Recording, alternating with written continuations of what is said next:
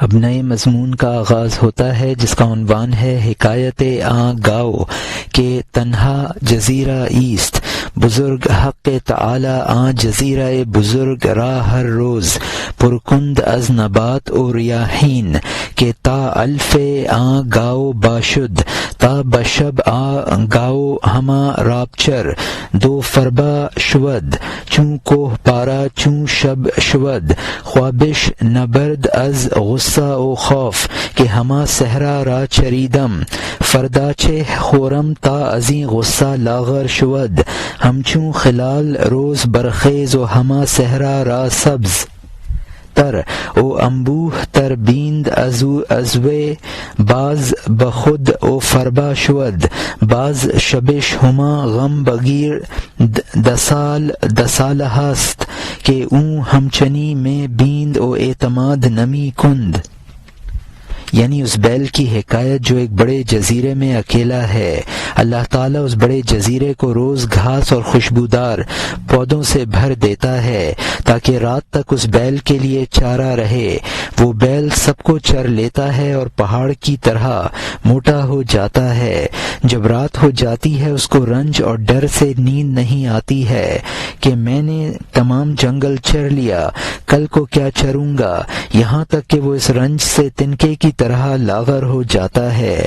ہر روز اٹھتا ہے، تمام جنگل کو زیادہ سبز اور زیادہ گھنا دیکھتا ہے، اس میں سے پھر کھاتا ہے اور موٹا ہو جاتا ہے، پھر رات کو اسے وہی غم آ پکڑتا ہے۔ سالوں گزر گئے ہیں کہ وہ یہی دیکھ رہا ہے اور بھروسہ نہیں کرتا ہے۔ دنیا میں ایک سبز جزیرہ ہے، اس میں ایک اکیلا بیل عمدہ گھاس چرنے والا ہے۔ وہ رات تک تمام جنگل کو چر لیتا ہے، حتیٰ کہ موٹا اور بڑا اور بزرگ بن جاتا ہے۔ رات میں اس ڈر سے کہ کل کیا کھاؤں گا وہ غم سے بال کی طرح کمزور ہو جاتا ہے۔ جب صبح ہوتی ہے جنگل سبز ہو جاتا ہے، سبز چارہ اور کھیتی کمر تک ہوتی۔ یہاں مترجم نے حاشیے میں لکھا ہے، اس حکایت سے یہ بتانا مقصود ہے کہ جس طرح اس بیل کی بے صبری تھی اور رزق کی فکر میں گھلا جاتا تھا، یہی حال انسان کا ہے۔ ریاحین کا مطلب ہے خوشبودار نباتات۔ نرا سبزہ زار ہی بیل اکیلا ہے، دن بھر خوب کھاتا اور موٹا تازہ بن جاتا ہے، رات بھر اس غم میں رہتا ہے کہ میں نے سب چراگاہ کھا لی، اب کل کو کیا کھاؤں گا۔ اور یہاں حاشیہ ختم ہوتا ہے۔ بیل جول بقر کے ساتھ اس میں گھس جاتا ہے، رات تک وہ اس کو چر جاتا ہے، پھر موٹا اور تازہ اور بھاری بن جاتا ہے، اس کا بدن چربی اور طاقت سے بھر جاتا ہے۔ وہ پھر رات کو گھبراہٹ کے بخار میں مبتلا ہو جاتا ہے، چراگاہ کے ڈر سے لاغر ہو جاتا ہے کہ کھانے کے وقت میں کل کو کیا کھاؤں گا۔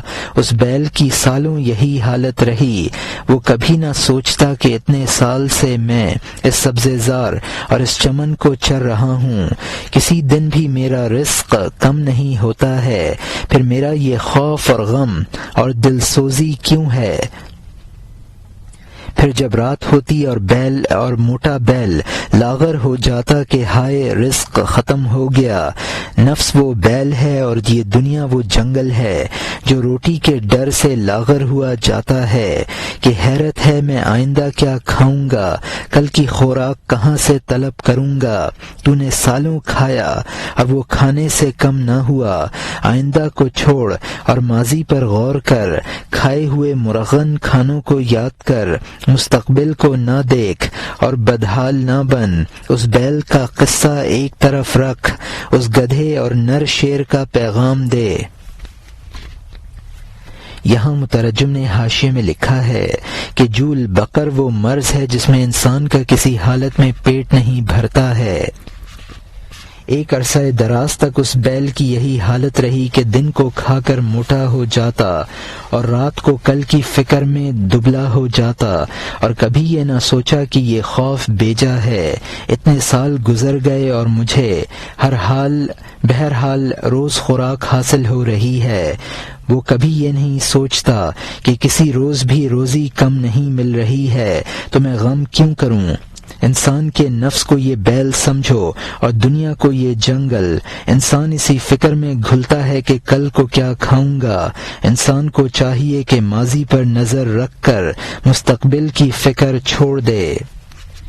یہ یاد رکھ کہ کس قدر لذیذ غذائیں کھاتا ہے، خدا اسی طرح دے گا، آئندہ کی فکر میں نہ پڑ۔ شیر نے گدھے کو شکار کر لیا۔ اس محنت میں شیر کو پیاس لگی تو وہ پانی پینے چلا گیا۔ لومڑی نے اس وقفے میں گدھے کا دل، جگر، گردہ کھا لیا۔ شیر نے آ کر دریافت کیا کہ دل گردہ کہاں ہے، تو لومڑی نے جواب دیا کہ اگر گدھے کے دل گردہ ہوتا تو وہ تیرے پہلے حملے کے بعد دوبارہ بہکانے سے تیرے پاس کیسے آ جاتا۔ اور یہاں حاشیہ ختم ہوتا ہے۔ اب نئے مضمون کا آغاز ہوتا ہے جس کا عنوان ہے سید کردن شیر آں خر را و تشنہ شدن شیر از کوشش و رفتن بچشمہ تا آب خورد تا باز آمدن شیر رو باہ جگر بند او دل او گردائے خر را خوردہ بود کے لطیف ترست شیر طلب کرد دل او جگر نیافت از روبہ بپر سید کے دل او جگر او گردہ کجاست رو بگفت اگر او را دل او جگر بودے آنچہ سیاستے کے دیدہ بود آن روز بحث از ہیلا جان بردہ بود کے برتو باز آمدے لو کننا نسمع او نعقل ما کننا من اصحاب الصعیر، یعنی شیر کا اس گدھے کو شکار کر لینا اور محنت کی وجہ سے شیر کا پیاسا ہو جانا اور چشمے پر جانا تاکہ پانی پیے۔ شیر کے واپس آنے تک لومڑی گدھے کا دل اور جگر اور گردہ کھا چکی تھی کیونکہ عمدہ تھا۔ شیر نے تلاش کیا تو دل و جگر نہ پایا۔ لومڑی سے دریافت کیا کہ دل اور جگر اور گردہ کہاں ہے۔ لومڑی نے کہا اگر اس کے دل و جگر ہوتا تو وہ سختی جو اس نے اس دن دیکھی تھی، جس سے 1000 ہیلے سے جان بچی تھی، تو تیرے پاس کب آتا۔ اگر ہم سنتے اور سمجھتے تو دوزخ والوں میں سے نہ ہوتے۔ لومڑی گدھے کو شیر کے سامنے لے گئی۔ اس بہادر شیر نے اس کے ٹکڑے ٹکڑے کر دیے۔ محنت کی وجہ سے وہ درندوں کا بادشاہ پیاسا ہو گیا، چشمے کی جانب گیا تاکہ پانی پی لے۔ لومڑی اس کا جگر اور دل کھا گئی۔ اس وقت چونکہ اس کو موقع ملا، شیر جب چشمے سے خوراک کی جانب واپس آیا، گدھے میں دل ڈھونڈا، نہ دل تھا نہ جگر۔ لومڑی سے کہا جگر کہاں ہے، دل کیا ہوا؟ جانور میں یہ دونوں لازمی ہوتے ہیں۔ اس نے کہا اگر اس کے دل یا جگر ہوتا وہ دوبارہ اس جگہ کب آتا۔ اس نے قیامت اور حشر دیکھا تھا، وہ پہاڑ سے گرتا اور خوف اور بھاگ دوڑ۔ یہاں مترجم نے حاشیے میں لکھا ہے کہ دوزخی دوزخ میں کہیں گے اگر ہم صحیح بات سن لیتے اور سمجھ جاتے تو آج دوزخ میں نہ ہوتے۔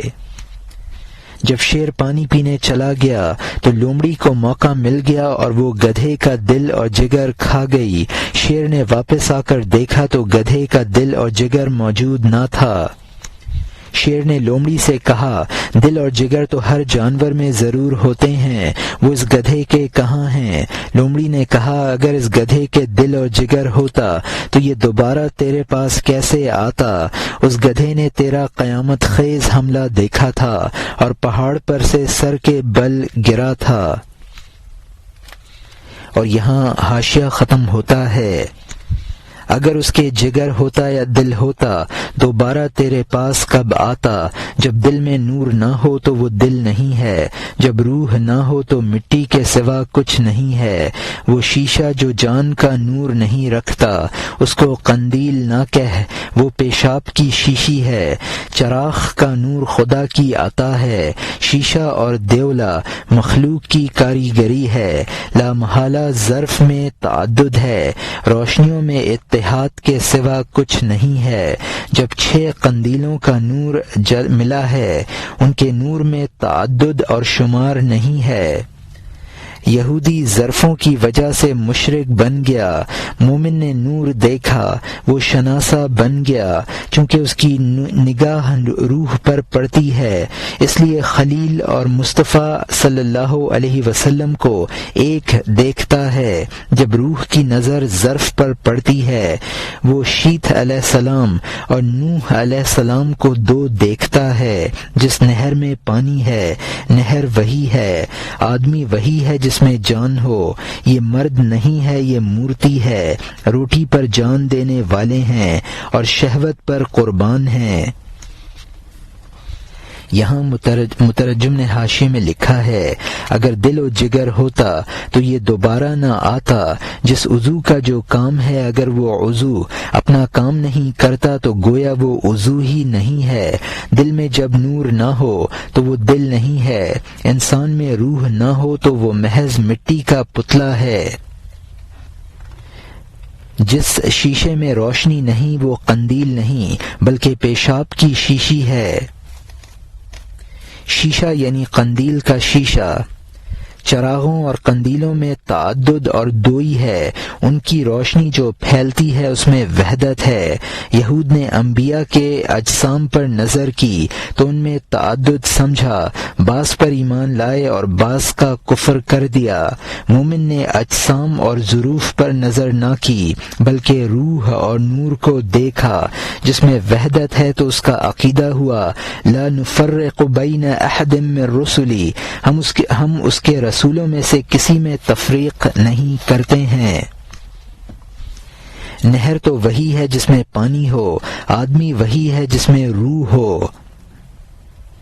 عوام انسان نہیں ہیں، مورتیں ہیں، اس کو زندہ بھی نہ سمجھو، یہ شہوت اور روٹی کے مقتول ہیں۔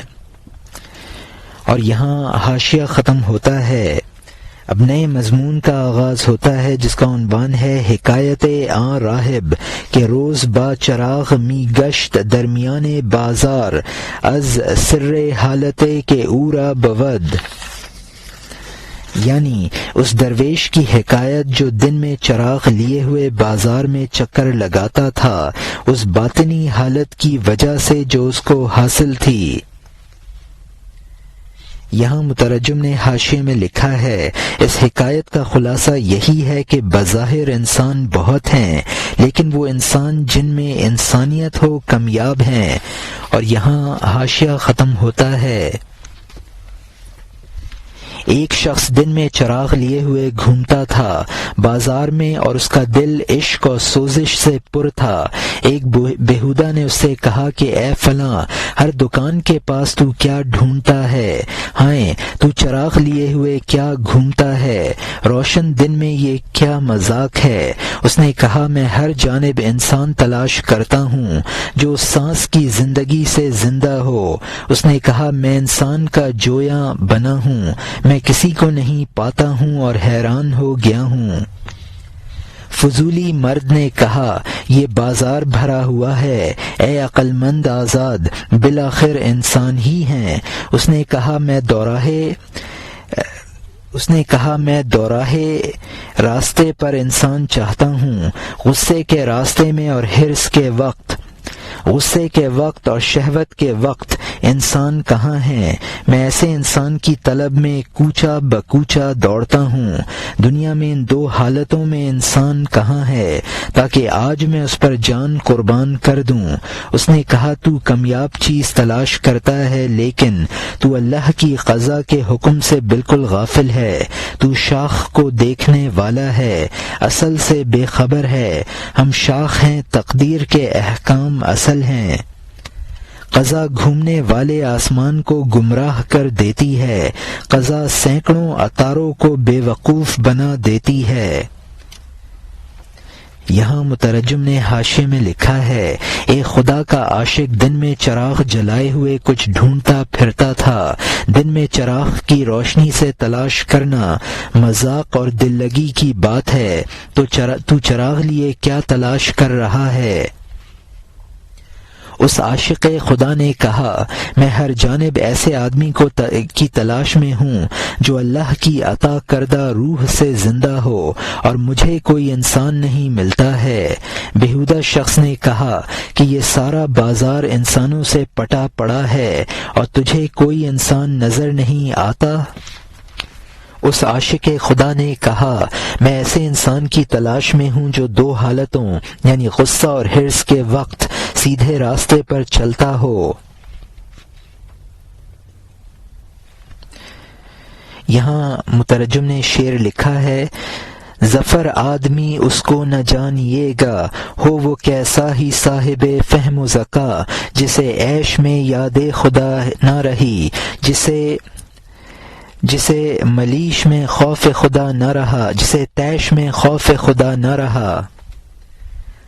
اگر ایسا آدمی مجھے مل جائے تو میں اس پر جان قربان کر دوں۔ اس شخص نے کہا، ایسا انسان نادر اور کمیاب ہے، اس کا ملنا دشوار ہے۔ تو قضائے خداوندی کے حکم سے غافل ہے اور انسان کے افعال کو اس کا اختیاری فعل سمجھتا ہے۔ انسان کا اپنا اختیار کہاں ہے؟ اصل تو تقدیر خداوندی ہے۔ تقدیر خداوندی آسمان کو بھی راستے سے بھٹکا دیتی ہے۔ اتارو ستارہ جو آسمان کا منشی ہے اس کو تقدیر احمق بنا دیتی ہے۔ اور یہاں حاشیہ ختم ہوتا ہے، وہ تدبیر کی دنیا کو تنگ کر دیتی ہے، وہ لوہے اور سنگ خارا کو پانی بنا دیتی ہے۔ اے وہ کہ تو نے قدم بقدم راستہ طے کرنا قرار دیا ہے، تو کچا ہی کچا ہے، کچا ہی کچا ہے، کچا کچا، جبکہ تو نے پنچکی کے پتھر کے چکر کو دیکھا ہے۔ بالآخر نہر کے پانی کو بھی دیکھ لے۔ تو نے ہوا پر گرد کو دیکھا ہے، گرد کے درمیان ہوا کو دیکھ لے۔ تو نے فکر کی دیگوں کو جوش میں دیکھا ہے، ہوش سے آگ کو بھی دیکھ لے۔ اعزاز میں اللہ تعالی نے حضرت ایوب علیہ السلام سے فرمایا، میں نے تجھے ہر بال کے برابر صبر دے دیا ہے، خبردار اپنے صبر پر زیادہ نظر نہ کر۔ تو نے صبر دیکھا ہے، صبر دینے کو دیکھ لے۔ رہٹ کی گردش کو کب تک دیکھے گا؟ سر بہار کو نکال، پانی والے کو بھی دیکھ لے۔ تو کہتا ہے میں دیکھ رہا ہوں، لیکن اس کے دیکھنے کی بہت سی علامتیں ہیں۔ جب تو نے دریا کے مختصر جھاگ دیکھے تجھے حیرت درکار ہے۔ دریا کو دیکھ، جس نے جھاگ کو دیکھا اس نے سر پیٹا، جس نے دریا دیکھا وہ حیران ہے، جس نے جھاگ کو دیکھا وہ نیتیں کرتا ہے، اور جس نے دریا دیکھا وہ دل کو دریا بنا دیتا ہے۔ یہاں مترجم نے حاشیے میں لکھا ہے، تقدیر کے سامنے تدبیر ہیچ ہے، لوہے اور سنگ خارا کو تقدیر پانی کر دیتی ہے۔ تو نے یہ سمجھ رکھا ہے کہ راستہ تیرے قدم طے کر آئے ہیں، یہ تیری خام کاری ہے، اب سب کچھ تقدیر کرتی ہے۔ تو ظاہری اسباب پر نگاہ کرتا ہے، در حقیقت سبب سے غافل ہے۔ تو ظاہر پر نظر رکھتا ہے، حقیقت اور باطن تجھ سے پوشیدہ ہے۔ جس طرح دیگ بغیر آگ کے جوش نہیں کھاتی، اسی طرح اسباب ظاہری بغیر مؤثر حقیقی کے کچھ اثر نہیں رکھتے ہیں۔ حضرت ایوب علیہ السلام کا صبر مشہور ہے۔ خدا نے ان کو بھی حکم دیا تھا کہ اپنے صبر کو نہ دیکھ، صبر دینے والے کو دیکھ، رہٹ کو نہ دیکھ، رہٹ چلانے والے کو دیکھ۔ تیرا دعویٰ تو یہ ہے کہ تو حقیقی سبب کو دیکھتا ہے، لیکن حقیقی سبب کو دیکھنے والوں کی ایک علامت بھی تیرے اندر نہیں ہے، یعنی ان تعینات کو جو بہت تھوڑے ہیں تو نے یہ چہل پہل دیکھی ہے۔ اگر مقام حیرت میں پہنچتا تو دریائے حقیقت ذات باری تعالی پر نظر کرتا جو صرف تعینات پر نظر کرتا ہے اور ان کو دریا سے جدا چیز سمجھتا ہے۔ وہ لا حاصل سجدے کرتا ہے۔ جو شخص دریائے وحدت پر نظر رکھتا ہے اس کو محمود حیرانی حاصل ہوتی ہے۔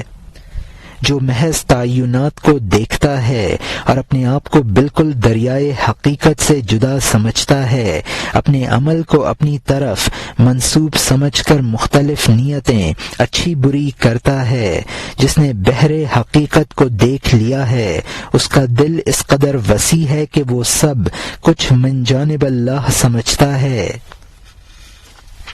اور یہاں حاشیہ ختم ہوتا ہے۔ جس نے جھاگوں کو دیکھا وہ گنتی میں ہے، اور جس نے دریا کو دیکھا وہ بے اختیار ہو گیا۔ جس نے جھاگ کو دیکھا وہ چکر میں ہے، اور جس نے دریا کو دیکھا وہ بے کھوٹ ہے۔ جس نے جھاگ کو دیکھا وہ اس سے بیگار لیتا ہے، اور جس نے دریا کو دیکھا وہ اس کو سولی پر چڑھا دیتا ہے۔ جس نے جھاگ کو دیکھا وہ اس کا مست بن جاتا ہے، اور جس نے دریا کو دیکھا وہ خدا میں غرق ہو جاتا ہے۔ جس نے جھاگ کو دیکھا وہ باتیں بناتا ہے، اور جس نے دریا کو دیکھا وہ بے خود اور بے انانیت کے ہو جاتا ہے۔ جس نے جھاگ کو دیکھا وہ صاف کیا جاتا ہے، اور جس نے دریا کو دیکھا وہ آرام سے ہو جاتا ہے۔ یہاں مترجم نے حاشیے میں لکھا ہے، جو شخص دریائے حقیقت سے غافل ہے اور محض بلبلوں اور جھاگوں کو دیکھ رہا ہے، وہ اپنے افعال کو شمار کرتا ہے کہ کچھ اختیاری اور کچھ اضطراری ہیں، اور وہ شخص جس کی دریا پر نظر ہے اپنے اختیاری افعال کو یہی سمجھتا ہے کہ یہ اختیار بھی خدا کا عطا کرتا ہے۔ ایسے شخص کو سکون حاصل نہیں ہوتا، یعنی اس کو اطمینان حاصل ہو جاتا ہے، یعنی دنیا کے دھندوں سے لگتا ہے اور اخروی اجر سے محروم رہتا ہے۔ وہ مخلوق کو فنا کر کے خالق کی خدمت میں لگ جاتا ہے، مخلوق میں مست ہو کر خدا سے غافل ہو جاتا ہے۔ اور یہاں حاشیہ ختم ہوتا ہے۔ اب نئے مضمون کا آغاز ہوتا ہے جس کا عنوان ہے دعوت کردن مسلمان مرمغے را با سلام او جواب او، یعنی مسلمان کا ایک آتش پرست کو اسلام کی دعوت دینا اور اس کا جواب۔ ایک شخص نے ایک آتش پرست سے کہا، اے فلاں خبردار مسلمان ہو جا، مومنوں میں سے بن جا۔ اس نے کہا، اگر خدا چاہے گا میں مومن بن جاؤں گا، اگر زیادہ مہربانی کرے گا تو صاحب یقین بن جاؤں گا۔ اس نے کہا، خدا تیرے ایمان کا خواہش مند ہے تاکہ تیری جان دوزخ کے ہاتھ سے نجات پا جائے، لیکن منحوس نفس اور بد شیطان تجھے کفر اور بت خانے کی طرف کھینچتے۔ اس نے کہا، اے منصف، جب وہ غالب ہیں میں اس کا دوست بنوں گا جو طاقتور ہو۔ یہاں مترجم نے حاشیے میں لکھا ہے، اس آتش پرست نے کہا، اگر خدا چاہے گا تو میں مومن بن جاؤں گا، اور اگر مزید مہربانی ہوئی تو پھر موقن، یعنی وہ مومن جس کو عین الیقین کا درجہ حاصل ہو، بن جاؤں گا۔ مسلمان نے کہا، خدا تجھے مومن بنانا چاہتا ہے تاکہ تجھے دوزخ سے نجات مل جائے، لیکن تیرا نفس اور شیطان تجھے کفر اور بت خانے کی جانب کھینچ لیتے ہیں۔ اور یہاں حاشیہ ختم ہوتا ہے۔ میں اس کا یار بنوں گا جو غالب ہے، میں اس طرف جھکوں گا جو زیادہ کھینچنے والا ہے۔ جب خدا مجھ سے پختہ سچائی چاہتا ہے، اس کے چاہنے کا کیا فائدہ جب کہ اس کی نہیں چلتی ہے۔ نفس اور شیطان کی اپنی خواہش چلی، وہ مہربانی مغلوب اور ریزہ ریزہ ہو گئی۔ تو نے ایک محل اور سرائے بنائی، اس میں تو نے اچھے نقش بنائے، تو نے چاہا وہ اچھی جگہ مسجد بنے، وہ سرا آیا اور اس نے اس کو بت خانہ بنا لیا، دوسرا آیا اس نے اس کو بت خانہ بنا لیا، یا تو نے سود بنا تاکہ پہننے کے لیے اچھی قبا بنائے، تو نے قبا بنانی چاہی، دشمن نے مخالفت سے تیرے برخلاف کپڑے کو شلوار کر دیا۔ اے میری جان، کپڑے کے لیے کیا چارہ ہوگا؟ غالب آنے والے کے تابع بن جانے کے سوا وہ مغلوب ہو گیا، اس کپڑے کی کیا خطا ہے؟ جو غالب سے مغلوب نہیں ہے وہ کون ہے؟ جب کسی نے اس کے خلاف اس پر حملہ کیا، اس کی ملکیت اور گھر میں کانٹوں کی جھاڑی لگا دی۔ گھر والا اس ذلت میں ہو کہ اس طرح کی اس پر حکومت ہو، میں بھی بوسیدہ بن جاؤں گا، خواہ تازہ اور نیا ہوں، جبکہ میں ایسے کمزور کا دوست بن جاؤں۔ جبکہ نفس کی خواہش مددگار ہے تو جو اللہ نے چاہا ہوا مذاق ہے۔ یہاں مترجم نے حاشیے میں لکھا ہے، آتش پرست نے کہا جب نفس اور شیطان کا چاہا ہو رہا ہے تو وہ ٹکڑے ہیں اور مجھے قوی کا ساتھ دے، تو وہ تگڑے ہیں اور مجھے قوی کا ساتھ دینا چاہیے۔ اگر خدا مجھ سے سچائی چاہتا ہے اور نفس و شیطان کے مقابلے میں اس کی کچھ نہیں چلتی ہے تو اس کے چاہنے کا کیا فائدہ ہے؟ اگر کوئی ایک اچھا مکان بنا کر اس کو مسجد بنانا چاہے اور کوئی دوسرا اس پر غالب آ کر اس کو بت خانہ بنا دے تو مسجد بنانے والے کی خواہش کا کیا فائدہ ہوا؟ اگر تو نے کپڑا اس لیے بنا کہ تو اس کی قبا بنائے اور تیرا مخالف آ کر اس کو شلوار بنا دے تو کپڑے کے لیے اس کے سوا اور کیا چارہ ہے کہ غالب کے سامنے مغلوب ہو جائے؟ کپڑے کے لیے اس کے سوا کوئی چارہ نہیں ہے کہ غالب کے سامنے مغلوب ہو جائے اور وہ جو کچھ اس کا بنانا چاہے بن جائے۔ جب کوئی شخص کسی پر غالب ہو جاتا ہے تو اس کا سب کچھ بگاڑ دیتا ہے۔ غاصب کے مقابلے میں گھر کا مالک عاجز ہو جاتا ہے اور اس پر دوسرا حکمرانی کرتا ہے۔ کمزور کا ساتھی بھی ذلیل ہوتا ہے۔ جب نفس اور شیطان غالب ہو تو یہ کہنا کہ جو اللہ چاہتا ہے وہ ہوتا ہے ایک مذاق کی بات ہے۔ اور یہاں حاشیہ ختم ہوتا ہے۔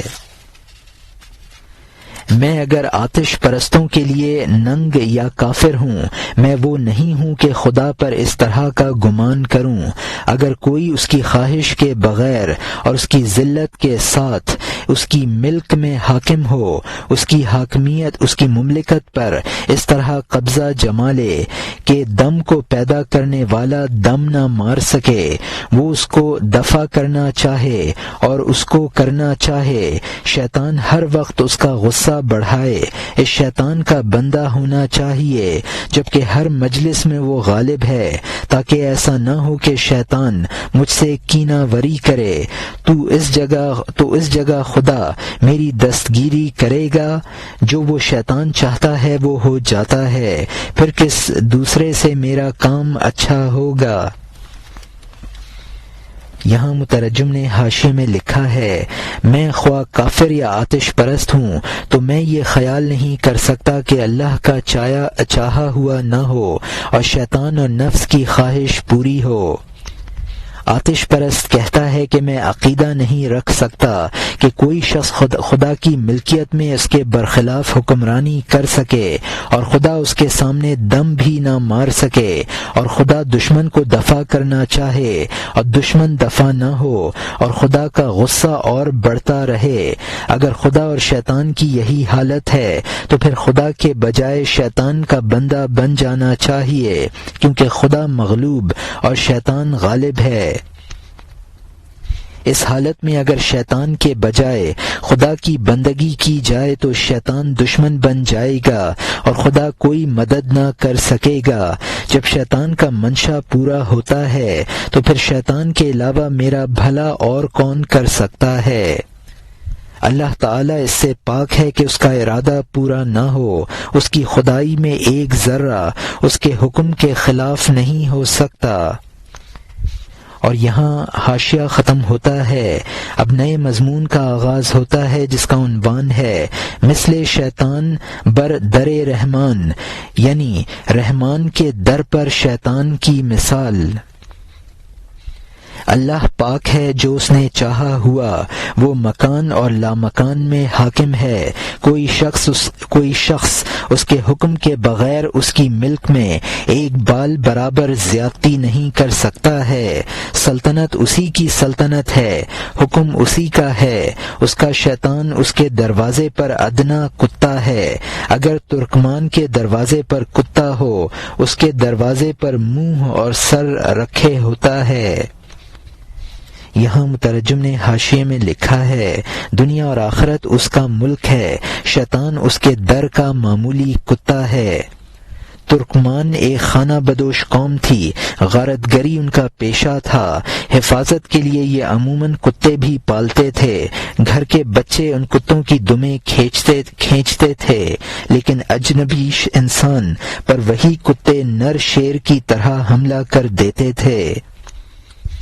اور یہاں حاشیہ ختم ہوتا ہے، گھر کے بچے اس کی دم کھینچتے ہیں، وہ بچوں کے ہاتھوں ذلیل ہوتا ہے، پھر اگر کوئی اجنبی گزرتا ہے نر شیر کی طرح اس پر حملہ کرتا ہے، کیونکہ اشداء علی الکفار یعنی وہ کفار پر سخت ہیں بن گیا، دوست کے ساتھ پھول اور دشمن کے ساتھ کانٹا جیسا بن گیا، پتلے حریرے کی وجہ سے جو ترکمان نے اسے دیا ایسا وفادار اور محافظ بن گیا، تو شیطان کتا جس کو اللہ تعالی پیدا کرتا ہے اس میں سینکڑوں خیال اور ہیلے ڈالتا ہے، آبروؤں کو اس کی غذا بناتا ہے تاکہ وہ بھلے اور برے کی آبرو اڑا لے جائے۔ عوام کی آبرو پتلا حریرہ ہے کہ شیطان کتا اسے غذا حاصل کرتا ہے، اس کی جان قدرت کے خیمے کے دروازے پر، علم پر قربان کیسے نہ ہوگی بتا۔ مرید اور سرکش جماعت در جماعت کتے کی طرح چوکھٹ پر بازو پھیلائے ہوئے ہیں، الوہیت کے غار کے دروازے پر کتے کی طرح ذرہ ذرہ بھڑکتی ہوئی رگ کے ساتھ حکم کا طالب ہے۔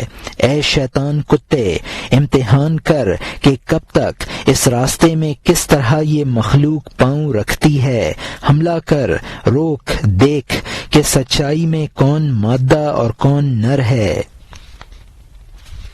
یہاں مترجم نے حاشیے میں لکھا ہے ان کے کتوں کی یہ حالت تھی کہ مخالفوں اور اجنبیوں کے لیے سخت تھے، دوستوں کے لیے پھول اور دشمنوں کے لیے کانٹا تھے۔ ترکمان اس کتے کو پتلا دلیا پلاتا تھا تو وہ اس کا اس قدر وفادار اور محافظ بن گیا، جب معمولی غذا پانے پر کتا ترکمان کا ایسا فرما بردار ہے تو شیطان جس کو خدا نے پیدا کیا اور طرح طرح کی غذائیں اس کو عطا کرتا ہے، وہ شیطان لوگوں کی آبرو سے غذا حاصل کرتا ہے۔ اللہ تعالیٰ کے دربار میں شیطان اس کے حکم پر کیوں قربان نہ ہوگا؟ خدا کے دربار میں ہر ارادت مند اور ہر سرکش کتے کی طرح اگلے ہاتھ بچھائے ہوئے بیٹھا ہے۔ اللہ کے دربار کے غار کے سامنے شیطان کتے کی طرح بیٹھا ہے جس کا ذرہ ذرہ اللہ کے حکم کا منتظر ہے۔ اللہ نے شیطان کو اس لیے بٹھا رکھا ہے تاکہ وہ دربار میں پہنچنے والوں کا امتحان کرے اور سچائی کے نر و مادہ کو پہچان لے، اور جو سچائی میں مکمل نہیں ہیں ان کو دربار تک نہ پہنچنے دے۔ لہذا شیطان کا وجود انسان کے اختیار کے منافی نہ ہوا۔ یہاں مترجم کا حاشیہ ختم ہوتا ہے۔ تو اعوذ کس لیے ہوتی ہے جب کتا بڑائی کی وجہ سے تیز دوڑتا ہے؟ یہ اعوذ اس لیے ہے کہ اے خطا کے ترک، کتے کو دھمکا اور راستہ کھول دے تاکہ میں تیرے خیمے کے در پر آ جاؤں، تیری سخاوت اور رتبے سے حاجت کا سوال کر دوں۔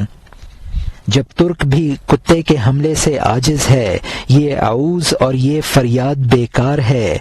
ترک بھی کہے کہ میں کتے سے پناہ چاہتا ہوں کیونکہ میں بھی گھر میں کتے سے عاجز ہوں، تو اس دروازے تک نہیں آ سکتا، میں دروازے سے باہر نہیں نکل سکتا۔ اب ترک اور مہمان کے سر پر خاک کہ ایک کتا دونوں کی گردنیں جکڑ دے، خدا پاک ہے ترک ایسی ڈانٹ پلائے گا، کتا کیا ہوتا ہے، نر شیر خون کی قے کر دے، اے وہ کہ تو اپنے آپ کو خدا کا شیر کہتا ہے، سالوں گزر گئے تو کتے سے عاجز ہے، یہ کتا تیرے لیے شکار کب کرے گا جبکہ تو کھلے بندوں کتے کا شکار بن گیا۔ یہاں مترجم نے حاشیے میں لکھا ہے تو اعوذ باللہ کی تعلیم اسی لیے دی گئی ہے کہ دربار میں پہنچنے والوں پر اگر شیطان کتا بھونکے تو وہ اعوذ کے مالک کو پکار کر کہیں کہ وہ اپنے کتے کو راستے سے ہٹا دے تاکہ وہ دربار تک پہنچ سکیں۔ جب ترک خود کتے سے عاجز ہو تو پھر اعوذ پڑھنا بالکل بیکار ہے۔ وہ ترک خود کتے سے پناہ مانگتا ہے، ترک یہ کہے گا کہ کتے کے ڈر سے تو اندر نہیں آ سکتا اور میں باہر نہیں نکل سکتا، ایسے ترک اور مہمان کے سر پر خاک ہو۔ ترک سے یہ بات بہت بعید ہے کہ وہ کتے سے ڈرے، کتا تو درکنار اس کے دانت سے شیر خون کی قے کر دے۔ انسان جو خلیفۃ اللہ ہے وہ شیطان کے ڈر سے اور مغلوب ہو جائے، یہ بری بات ہے۔ جب مالک خود کتے سے ڈرے تو کتا اس کے لیے کیا شکار کرے گا؟ جبر و قدر کے معاملے میں جو صحیح مسلک ہے وہ بین ہے، اس کی ایک جانب جبر ہے، اس عقیدے کی روح سے انسان کا کوئی اختیار نہیں ہے۔ جب انسان کوئی اختیار نہ ہو تو پھر اس کو اللہ کا حکم دینا اور منع کرنا درست نہ ہوگا، لہذا اس عقیدے کے مطابق انہیں تعویل کرنی ہوگی، اور پھر ان تعویلات کے نتیجے میں جنت اور دوزخ کا انکار لازم آئے گا۔ اس لیے جنت تو اختیاری طور پر حکم بجا لانے کا انعام ہے، اور دوزخ نہ ماننے والوں کی سزا ہے، اور راہیں اور اس مسلک کی بائیں جانب قدر کا عقیدہ ہے جس کی بنیاد انسان کو اپنے افعال کا خالق بنایا جاتا ہے، اور اللہ کی قدرت کو انسان کی قدرت سے مغلوب ماننا پڑتا ہے، اور اس کے نتائج جبر کے عقیدے کے نتائج سے بھی بدتر ہیں۔ اور یہاں حاشیہ ختم ہوتا ہے۔ اب نئے مضمون کا آغاز ہوتا ہے جس کا عنوان ہے جواب گفتن مومن سنی مر کافر جبری را در اسبات اختیار بندہ او دلیل۔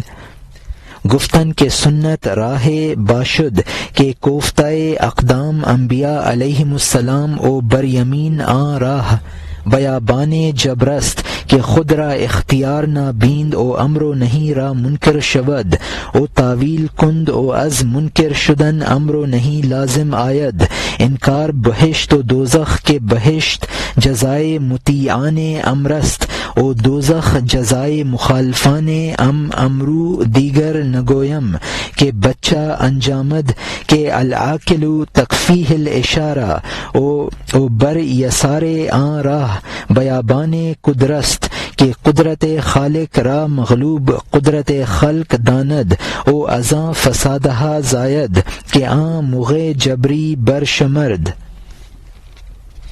یعنی بندے کا اختیار کے ثابت کرنے میں سنی مومن کا جبری کافر کو جواب دینا اور دلیل بیان کرنا کہ سنت وہی راستہ ہے جو انبیاء علیہم السلام کے پاؤں کا روندا ہوا ہے، اس کے دائیں جانب جبر کے جنگل کا راستہ ہے جو کہ اپنا اختیار نہیں سمجھتا ہے اور امر و نہیں کا منکر ہو جاتا ہے اور تعویل کرتا ہے، اور امر و نہیں کے منکر ہونے سے بہشت بہشت اور دوزخ کا انکار لازم آتا ہے، کیونکہ بہشت فرما برداروں کی جزا ہے اور دوزخ حکم کے مخالفوں کی جزا ہے۔ میں اور مزید نہیں کہتا کہ کیا نتیجہ نکلتا ہے، عقل مند کے لیے اشارہ کافی ہے، اور اس کے بائیں جانب قدر کا جنگل ہے۔ جو اللہ کی قدرت کو مخلوق کی قدرت سے مغلوب سمجھتے ہیں، اور اس سے وہ خرابیاں پیدا ہوتی ہیں جن کو وہ جبری آتش پرست گناتا ہے۔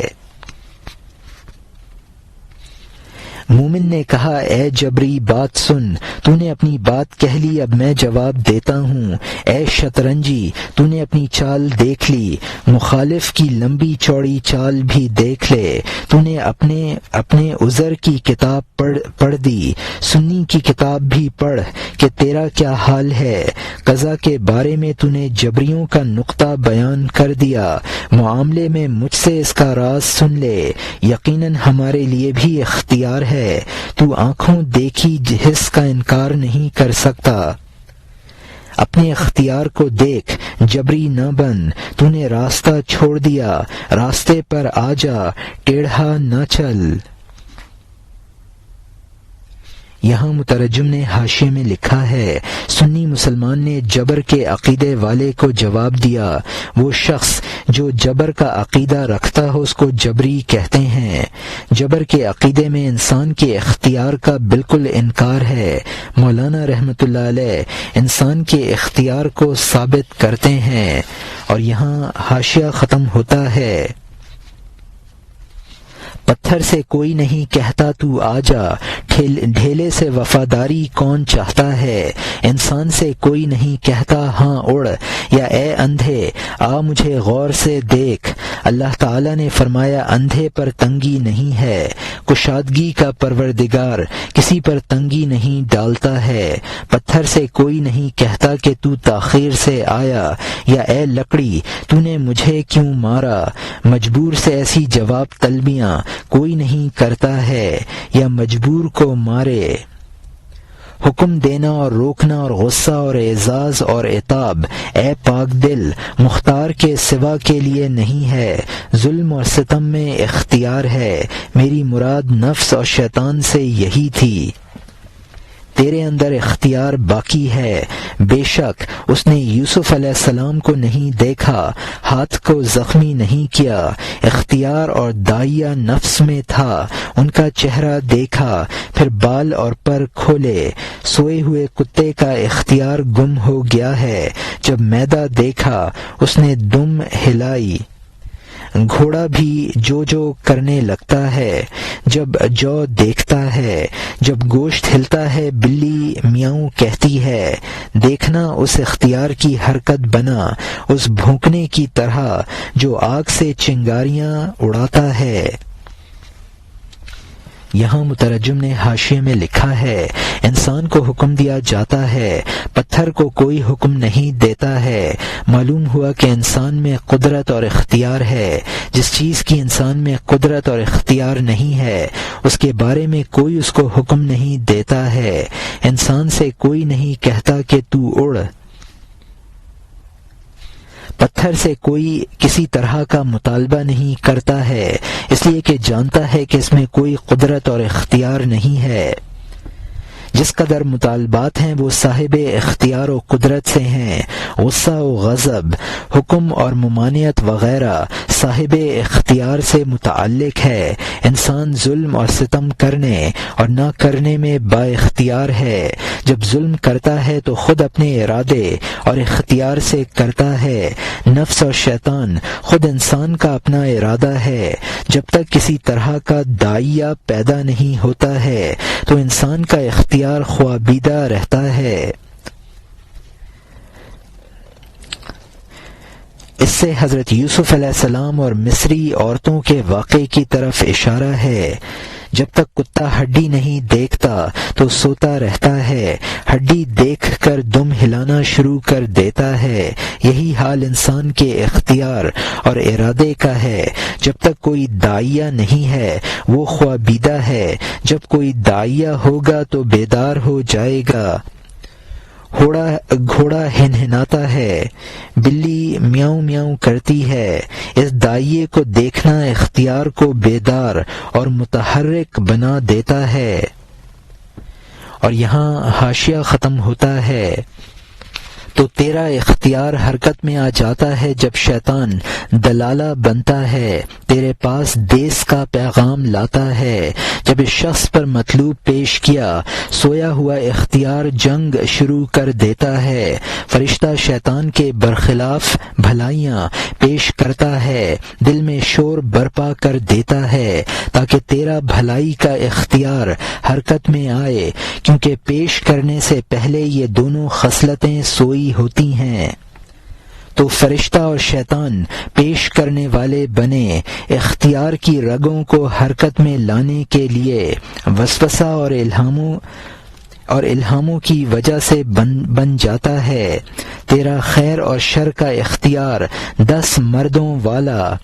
اے ملیح، نماز ختم کرنے کے وقت اسی لیے فرشتوں کو سلام کرنا چاہیے کہ تمہاری اچھی دعا اور الہام سے اس نماز کا برا اختیار ختم ہو گیا۔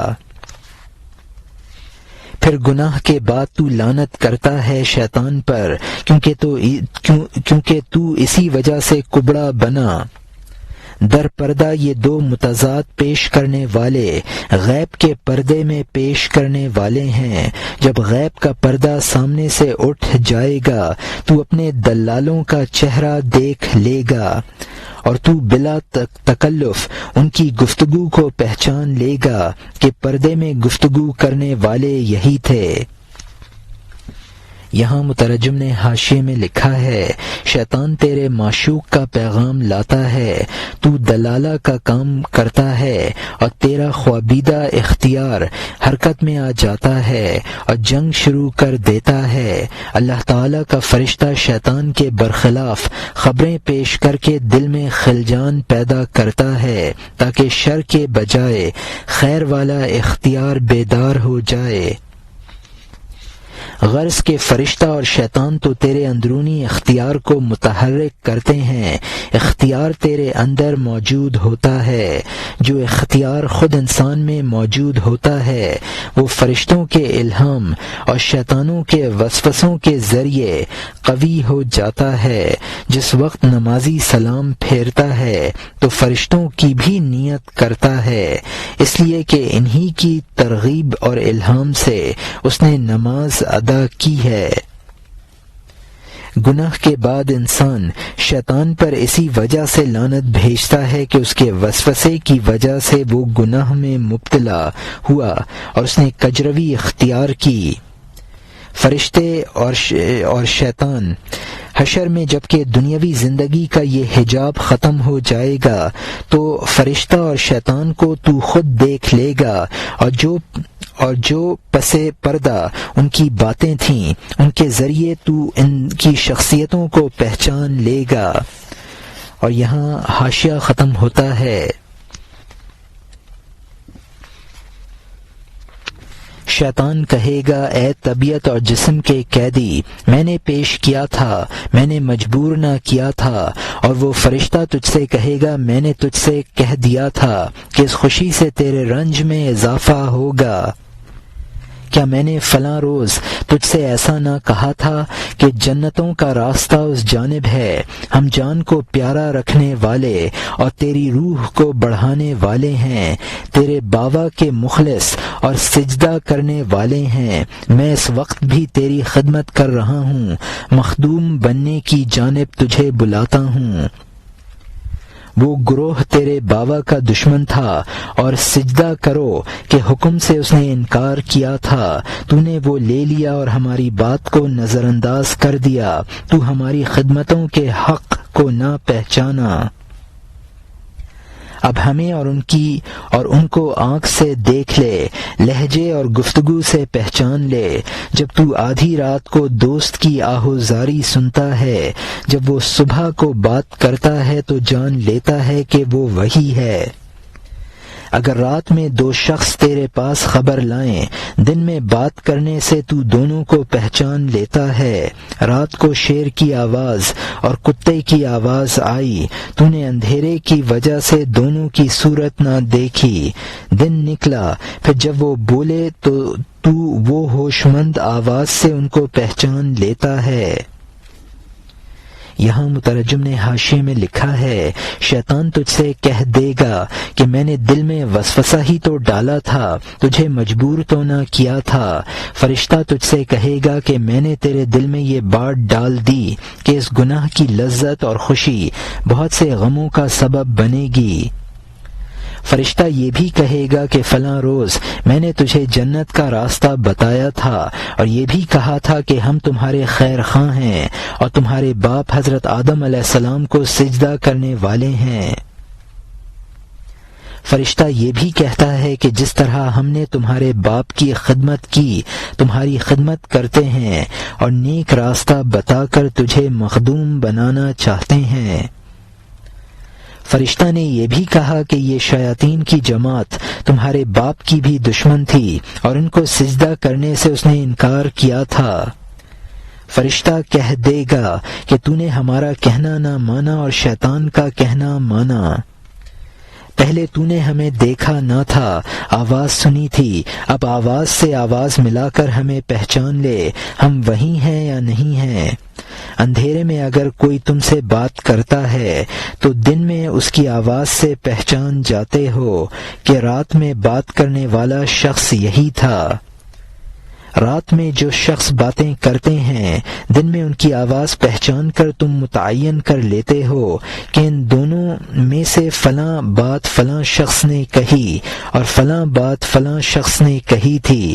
رات میں اگر کتے اور شیر کی آواز سنی تھی تو دن میں جب دونوں کی آوازوں کو سنتا ہے تو جان جاتا ہے کہ رات کی فلاں آواز شیر کی تھی اور فلاں کتے کی تھی۔ اور یہاں حاشیہ ختم ہوتا ہے۔ خلاصہ یہ ہے کہ شیطان اور فرشتہ پیش کرنے والے دونوں اختیار کا تکملہ ہیں۔ ہم میں چھپا ہوا اختیار ہے، جب دو مطلب دیکھتا ہے جوش میں آتا ہے۔ استاد بچوں کو پیٹتے ہیں، یہ سزا کالے پتھر کو کب دیتے ہیں؟ تو کبھی پتھر کو کہتا ہے کل آنا، اگر تو نہ آئے گا تو میں برے کو سزا دوں گا۔ عقل مند انسان کبھی ڈھیلے کو مارتا ہے، کوئی کبھی پتھر پر غصہ کرتا ہے۔ عقلاً جبر قدر سے زیادہ برا ہے، کیونکہ جبری اپنے حس کا منکر ہے، قدری انسان حس کا منکر نہیں ہے۔ اے بیٹا، اللہ تعالی کا کام حس میں نہیں آتا۔ خداوند جلیل کے فعل کا منکر دلیل کے نتیجے کے انکار میں مبتلا ہے۔ وہ کہتا ہے دھواں ہے اور آگ نہیں ہے، شمع کی روشنی بغیر شمع کے روشن ہے، اور یہ جبری آگ کو موجود دیکھتا ہے، انکار کے لیے نہیں ہے کہتا ہے۔ اس کا کپڑا جلتا ہے کہتا ہے آگ نہیں ہے، اس کا کپڑا سیتا ہے کہتا ہے دھاگا نہیں ہے۔ یہ جبر کا دعویٰ 100% ہے، اس اعتبار سے وہ لامحالہ دہریہ سے بدتر ہے۔ یہاں مترجم نے حاشیے میں لکھا ہے، بات کا خلاصہ یہ نکلا کہ انسان نیکی اور بدی کرنے میں با اختیار ہے، مجبور نہیں ہے۔ وہ اختیار پوشیدہ ہوتا ہے، مقصد کے سامنے آ جانے پر اس اختیار میں مزید طاقت آ جاتی ہے۔ استاد بچے کو مختار سمجھ کر غلطی پر مارتا ہے، پتھر چونکہ مجبور محض ہے اس کو کوئی نہیں مارتا ہے۔ پتھر کو مجبور مان کر نہ کوئی شخص اس کو حکم دیتا ہے نہ اس کو سزا کا مستحق سمجھتا ہے۔ غور کرنے سے معلوم ہوتا ہے کہ جبر کا عقیدہ تو قدر کے عقیدے سے بھی بدتر ہے، کیونکہ جبر کے عقیدے کی بنیاد پر انسانی فعل کا انکار لازم آتا ہے۔ جو محسوس چیز ہی ہے، تو گویا جبری اپنے ایک محسوس کا منکر ہے۔ قدری شخص جو اپنے آپ کو خود مختار مانتا ہے اور اللہ کا بندے کو اختیار عطا کرنے کا منکر ہے، وہ اللہ کے ایک فعل کا منکر ہے جو حسی چیز نہیں ہے۔